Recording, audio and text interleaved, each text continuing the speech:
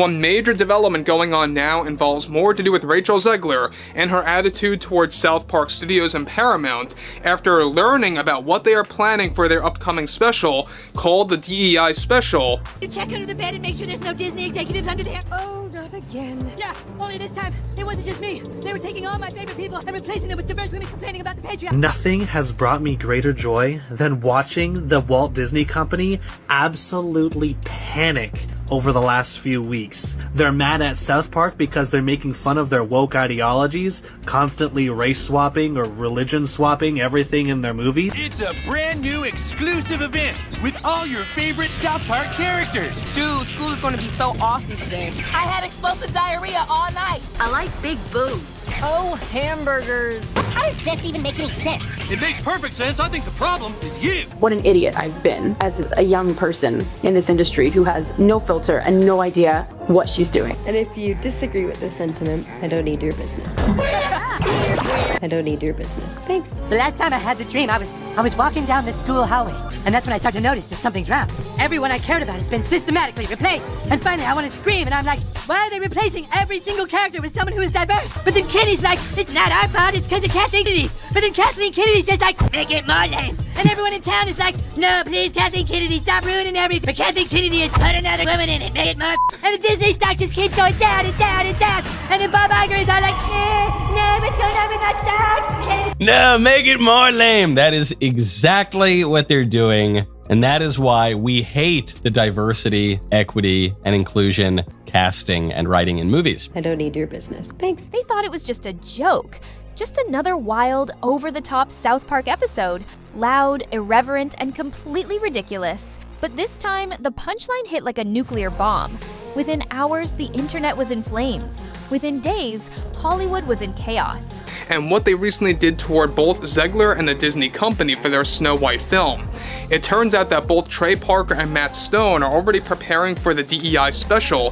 What started as animated mockery exploded into a $100 million legal war that has everyone, from studios to streamers, watching with white-knuckled dread. At the heart of the firestorm, Rachel Zegler, the actress once crowned as Disney's next fairytale princess, now stepping into the spotlight not with a song, but with a lawsuit. And she's not just suing for damages, she's going for the jugular, targeting the kings of satire themselves, the creators of South Park. This isn't just a celebrity meltdown or a petty Hollywood squabble. This is a battle that could redraw the lines between comedy and defamation, parody and personal attack. And it all started with a cartoon. This wasn't just another edgy cartoon. This was a head-on collision between satire and celebrity, between the untouchable image-making of Hollywood and the unapologetic mockery of two cartoon creators who built an empire roasting the powerful. At the center of it all, Rachel Zegler, the embattled face of Disney's Snow White remake. Snow White is the first American feature-length animated movie, 1937. It's one of the most beloved movies of all time. And Trey Parker and Matt Stone, the guys who never met a controversy they didn't turn into a joke. It all started with one episode. South Park aired its parody of the Disney drama, and it pulled no punches. Their animated version of Rachel Zegler danced through a pastel kingdom, spouting buzzwords about empowerment, race, and feminism, all while draining a fictional studio's budget for empowerment snacks and rewriting the classic fairy tale with a smug musical number. So will she rise or bow her head? Will she lead or just be led? Even if everything worked perfectly, it would have been almost impossible for this movie to succeed, because you're comparing it to one of the most beloved films of all time and a truly groundbreaking movie.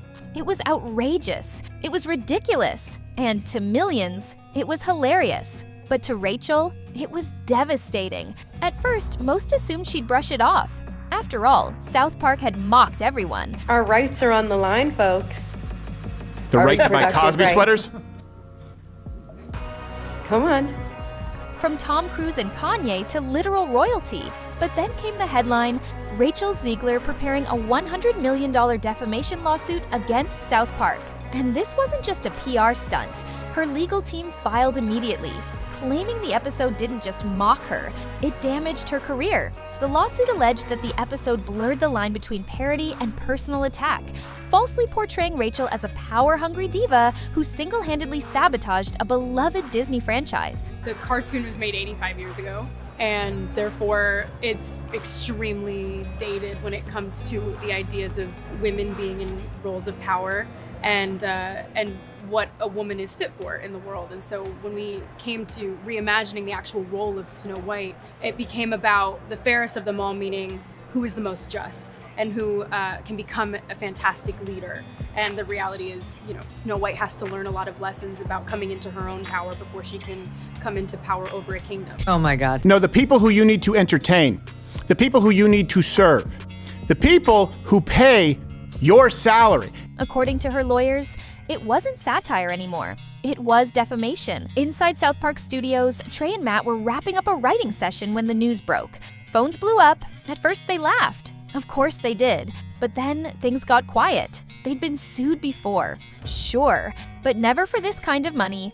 And never by someone with this much heat around them. They knew the landscape had shifted. In 1997, their show aired at midnight to cult fans. Today, every clip goes viral in seconds. You think it's perfectly normal that Cartman is suddenly a black woman? You probably don't like that Indiana Jones got replaced by a female either, huh? Probably have a problem with black Spider-Man. Satire isn't just entertainment anymore.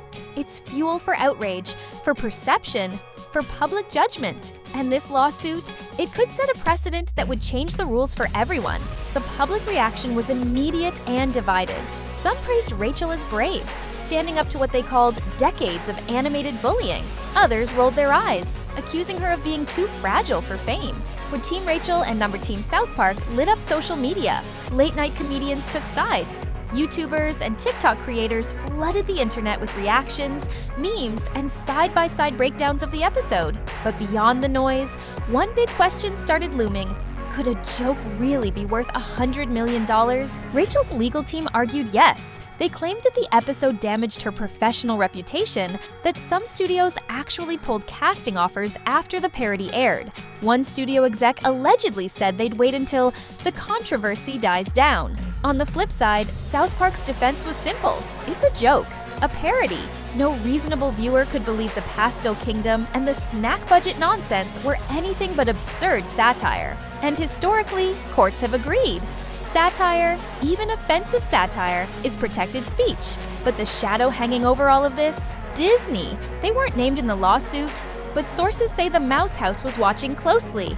They're concerned that court proceedings might expose internal chaos behind the Snow White reboot. I'm sorry that the Snow White movie sucked, guys. I'm sorry. I'm not sorry at all that we forced, basically as a company, Daily Wire forced Snow White into production again. If subpoenaed, production notes, emails, even test screenings could come under scrutiny, potentially revealing that South Park's parody hit a little too close to the truth. Behind the scenes, Trey and Matt were reportedly itching to do what they always do, turn the scandal into an episode. And this started with the movie star Rachel Zegler, who I believe would be categorized as a loudmouth dope. There were rumors of early scripts with puppet judges, parody courtrooms, and even a musical titled Sue Me Gently. But their lawyers shut it down. Any new joke could be used against them. So for once, they stayed quiet. Meanwhile, Rachel launched a controlled PR campaign. She appeared on late-night shows, tearfully explaining the emotional toll of becoming a viral punchline. As an actor, you don't get to dictate anything. You don't get to dictate if a film actually happens. You don't get to dictate when it is shot, how it is shot, if you can ever speak about it to the public. You are simply just there to show up and say your lines and look the way they want you to look. That is our job. She said she respected satire, but this went too far. For some, her honesty hit home. For others, it just reinforced the joke. Eventually, the case went to trial, and it felt more like a red carpet event than a courtroom battle. Reporters swarmed the building. Protesters and fans clashed outside with signs and slogans. Inside, things got serious. Rachel's lawyers showed clips of the episode, arguing that younger viewers, especially online, couldn't distinguish parody from reality. They said it was character assassination, plain and simple. Trey and Matt testified in their own defense. They admitted they chase controversy, they admitted they don't pull punches, but they denied malice. "We chase absurdity," Matt said. "If people think that's real, that's a cultural problem, not a creative one." Then Rachel took the stand. Her testimony was raw. She spoke about panic attacks, lost jobs, and feeling like her career had been hijacked by a cartoon version of herself. She wasn't trying to silence satire, she said. She was trying to defend her dignity. The jury deliberated for 3 days. God forbid a woman dream about true love. We're all just sitting around here, maybe I could be president one day. I hate men, I just want to be president. That screams Disney princess. Oh my God, I'm literally getting enraged. Once again, I feel like I'm back in 2022. And then, the verdict. Not liable. While the court sympathized with Rachel's experience, it ruled the episode was satire, protected by the First Amendment. The jokes may have been cruel, but cruelty, the court said, is not defamation. Outside, Rachel gave a short statement, thanking her supporters and vowing to continue advocating for respectful storytelling.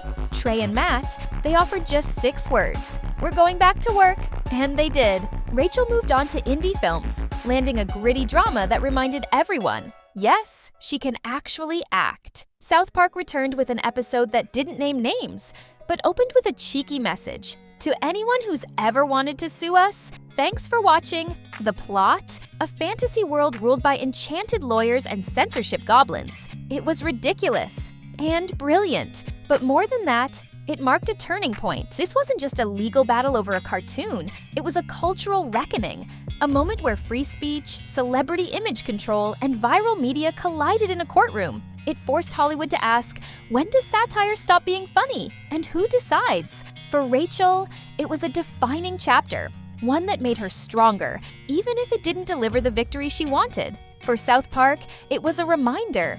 Being the world's most fearless cartoon comes with consequences. And for the rest of us, it was a reminder that in the age of outrage, even a joke can change everything.